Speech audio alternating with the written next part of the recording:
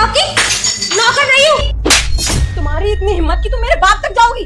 तुम्हारी इतनी हिम्मत कि तुमने मुझे चाटा मारा? तुम हो कौन ना? मेरी कुछ नहीं लगती है तुम, और मैं इस घर में काम नहीं करूंगी। तुम भी इस घर की बहू हो, इस घर में रहना है तो तुम्हें भी काम करना पड़ेगा। और तुम्हें इतना ही शौक है ना तो तुम नौकरानी बनो, मैं नौकरानी नहीं बनूंगी। बहुएं ना सिर्फ राज करने के लिए नहीं आती, उन्हें काम भी करना पड़ता है घर में। तुम मुझसे काम करवाओगी? तुम्हारी इतनी औकात हो गई, आज तक मेरे पापा ने मुझसे काम नहीं करवाया। तुम होती कौन है जो मुझसे काम करवाओ? बड़ों से बात करने की तमीज नहीं है तुम में। ये घर ना मैं छोड़कर ही चली जाऊँ और फिर तुम यहाँ नौकरानी की तरह अकेले काम करना, समझी? तुम दोनों चुप करोगे या नहीं? तुम दोनों को ही तमीज नहीं है एक दूसरे से बात कैसे करते हैं। सताक्षी अंदर जाओ। मैं अंदर जाऊँ? मैंने बोला ना अंदर जाओ। तो तुम कैसे बात करी थी भाभी से? वो जो डिजर्व करती है ना मैंने वही किया, और वैसे उनसे बात की, समझे तुम? और सच सही तो कह रही है वो। तुम्हारे पापा ने ये सिखाया कैसे बात करते बड़ों से।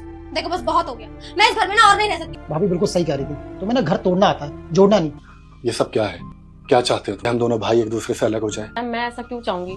सारी गलती मेरी है क्या यार? बिल्कुल मैनर्स है उसमें कि बड़ों के आगे कैसे बात की जाती है। और तुम इस घर की बड़ी बहू हो, हमारा फर्ज बनता है चीजों को प्यार से सॉर्ट आउट करना। अरे तुम में और उसमें क्या फर्क रह गया यार? सताक्षी कहीं कहीं बर्दाश्त करने में दरगुजर है और हमेशा वो ऐसी नहीं रहने वाली।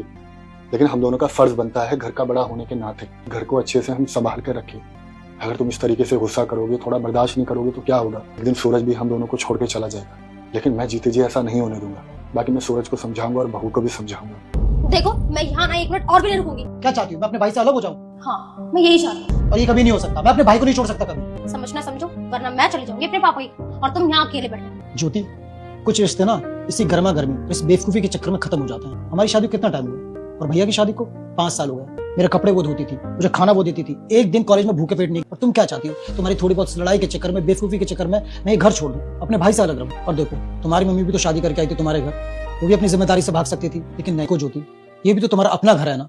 बस फर्क इतना है कि तुम भाभी को अपनी बड़ी बहन नहीं मानती। एक बार भाभी को अपना के तो देखो, इस घर को अपना बना के तो देखो प्लीज। ज्योति सुनो, वो मुझे तुमसे माफी मांगनी थी, बट मैं आगे से ध्यान रखूंगी कि मेरा हाथ ना उठे कभी। माफी तो मुझे मांगनी चाहिए, मैंने आपकी बहुत बेइज्जती कर दी, बहुत ऊंची आवाज में बात करी थी। मैं आगे से ऐसा नहीं करूंगी। कोई बात नहीं, तुम्हें अपनी गलती का एहसास है, इतना काफी है। दोस्तों, रिश्ता सिर्फ नाम के नहीं होते, उन्हें निभाने के लिए प्यार, दायरा और समझदारी जरूरी होती है। चुप रहने से या गुस्सा करने से प्रॉब्लम सिर्फ बढ़ती हैं, लेकिन उसी चीज को कोई प्यार से समझाए तो वो बात समझ में आ जाती है। घर सिर्फ दीवारों से नहीं बनता, अपनों से मिलजुल के रहने से घर बनता है। दोस्तों, अगर आपको हमारी वीडियो अच्छी लगी तो हमारी वीडियो को लाइक एंड सब्सक्राइब जरूर करें।